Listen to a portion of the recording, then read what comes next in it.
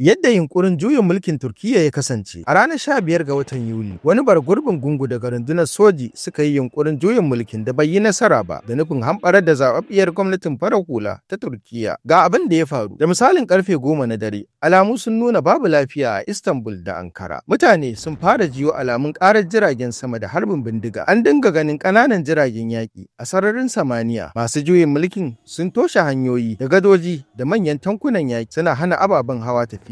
Mutane sun fara fahimtar cewa wani abu na faruwa. Jim kaɗan bayan nan sai helikwabtocin soji da jiragen yaƙi da baragurbin sojojin suka kwace suka fara harbi kan mai uwa da wabi kan mutane da gine-ginen gwamnati. Waɗanda suka shirya juyin mulki sun yi ta jefa bamabamai kai samamai hedikwatocin hukumomin gwamnati da suka hada da kafafen watsa labarai waɗanda aka tilasta musu katsa shirye-shiryensu a yunkurin da aka yi na tumɓuke mulkin dimokuraɗiyya ta ƙarfi da yaji. Kowa ya zaku gwamnati ta fitar da sanarwa a hukumance game da abin da ke faruwa. Da misalin karfe 11:30 na dare, Firaministan Turkiyya a wancan lokaci, Binali Yildirim, ya sanar da cewa wani gungun ɓata-gari a cikin rundunar soji ya yi yunkurin kifar da gwamnati. Ya bayyana lamarin matsayin yunkurin juyin mulki da bai halasta ba, sannan ya ce za a hukunta waɗanda ke da hannu a lamarin. A nata ɓangaren, rundunar sojin Turkiyya ta sanar da cewa bata goyi bayan yunkurin juyin mulkin ba. Da misalin karfe 12:13 na tsakar dare, waɗanda suka yi yunkurin juyin mulkin sun yi amfani da kafar watsa labarai ta gwamnati TRT, inda suka sanar da maye gurbin gwamnatin farar hula tare da sanya dokar hana fita. Suna masu ikirarin cewa gwamnatin farar hula ta rasa duk wani halasci kuma an kifar da ita. Da misalin karfe 12:30 na dare, shugaba Recep Tayyip Erdogan ya gabatar da jawabi ga 'yan kasar Turkiyya a kafar watsa labarai ta CNN Turk ta hanyar amfani da FaceTime, sannan ya umarci mutane su fantsama zuwa dandali domin bijirewa yunkurin juyin mulkin, yana mai cewa babu wani karfi da ya fi ƙarfin al'umma. Ku je dandali sannan ku ba su amsa. An shafa tsawon wannan dare ana yin kiran sallah a masallatai da ke faɗin ƙasar Turkiyya, inda aka ƙarfafa gwiwar al'umma tare sannan su bijirewa juyin mulkin. A bisa al'ada ana yin irin wannan kiran sallah ne a ranakun Juma'a kuma a lokutan jana'iza, amma akan yi hakan domin tattara kawunan jama'a. Turkawa a faɗin ƙasan sun fantsama kan tituna da dandaloli domin nuna bijirewa ga juyin mulkin. Duk da yake masu yunkurin juyin mulkin sun matsa wajen kai hari kan fararen hula da gine-ginen gwamnati. Ku gudu, harbi suke yi. Waɗanda suka yi yunkurin juyin mulkin sun soma buɗe wuta kan masu zanga-zangar, inda suka rika amfani da tankokin yaƙi, kuma jiragen yaƙi sun yi ta kai harin bam a ginin majalisar dokokin Turkiyya a yayin da 'yan majalisa suke ciki. Amma duk da hare-haren da masu yunkurin juyin mulkin suka kai, fararen hula sun nuna turjiya, inda suka kwashe dare tana zanga-zangar adawa da yunkurin juyin mulkin. Ku yi imani da adalcin mutane, ku miƙa wuya. Da misalin karfe 3:20 na dare, shugaba Erdogan ya isa Istanbul. A hannu guda kuma jami'an 'yan sanda sun gudanar da samame da dama a wannan dare, kuma a cikin awa biyu 'yan sanda suka fara tsare masu yunkurin juyin mulkin kuma karɓe iko da yankunan da aka kwace. Ƙungiyar ta'adda ta FETO ita ce ta shirya juyin mulkin, wadda shugabanta shine Fethullah Gulen, mazaunin Amurka. Matakin da gwamnati da farar hula suka ɗauka ya daƙile juyin mulkin a cikin awa biyu kacal. Mun gode muku duka, amma a wannan daren rayuka 253 aka rasa da suka hada da maza da mata har ma da 'yan matasa. Sannan fiye da mutum 2,700 ne suka jikkata. An yi nasarar daƙile juyin mulkin. Dubban Turkawa daga kowane bigire na rayuwa sun taru a dandaloli daban-daban don murnar nasararsu a kowane dare har tsawon makonni.